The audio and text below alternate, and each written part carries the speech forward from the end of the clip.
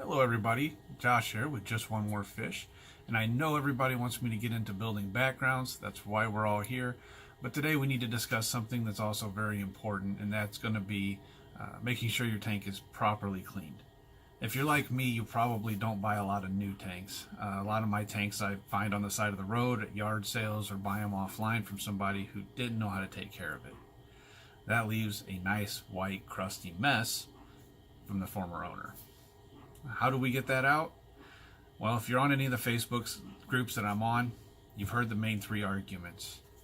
Barkeeper's friend, vinegar, magic eraser. If you suggest anything other than those three, you're considered a lunatic.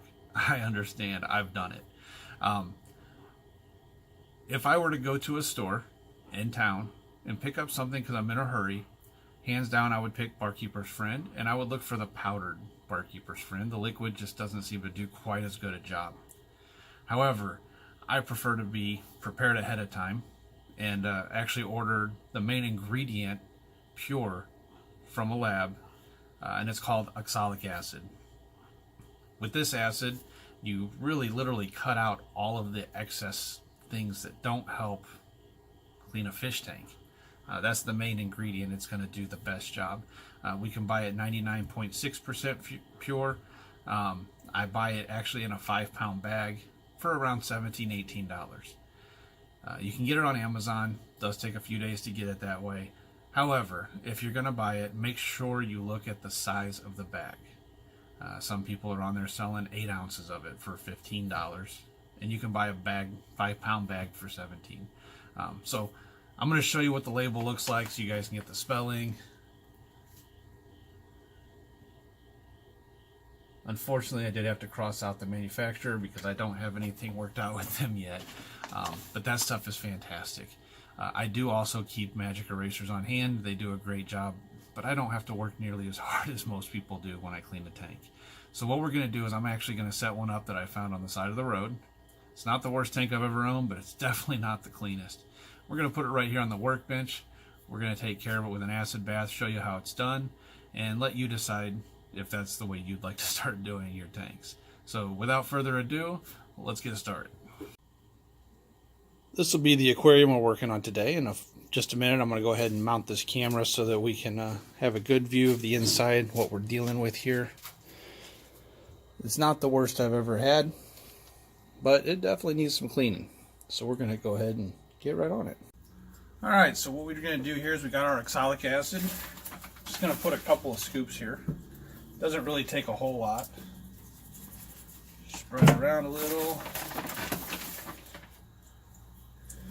And the reason it's called the acid bath is we're just simply going to fill the tank up at this point. We'll fill it all the way up to the top of the rim and let this stuff do all the hard work. We'll check back in a minute. Alright, we're about an hour in. Starting to empty the tank out now. As you can see, a lot of the calcium has disappeared. There's a little bit on the back that I'm going to have to flip the tank. It's actually on the back of the tank. But for the most part, this stuff just kind of is wiping right off for me. And whatever doesn't, I just go over it lightly with the eraser and that takes care of it. So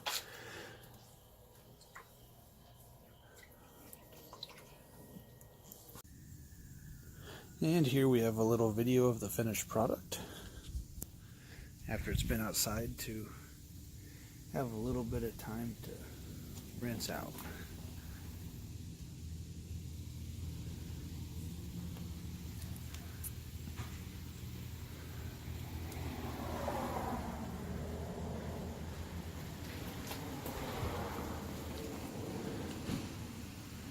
So for a quick recap, all we used was oxalic acid. Then we did a very light once over with the magic eraser. It took everything pretty much off. I did have to use a bit of a chisel to just slightly scrape away at the top where it was built up real heavily. As for the glass, it came off without any problems at all. It does go without saying, make sure you rinse your tank well. After I did this, the whole process took me about an hour. I let it sit for maybe 45 minutes, and last night I took it outside, stood it up on end, and went ahead and hosed it out thoroughly. Then I filled it up, let it sit all night with water in it. And again this morning I emptied it out, filled it up, and let it sit all day with water in it. And then as you can see in the pictures and the video, the tank turned out beautiful. It's going to make a really nice tank for somebody in the future. So get excited. Next week we are going to start the background for the axolotl tank. I have some pretty cool ideas for that. I'm excited to get into it. Do me a favor, hit that bell, hit the subscribe button, and if you like the video and you want to see more, keep hitting those likes. We'll catch you guys next week.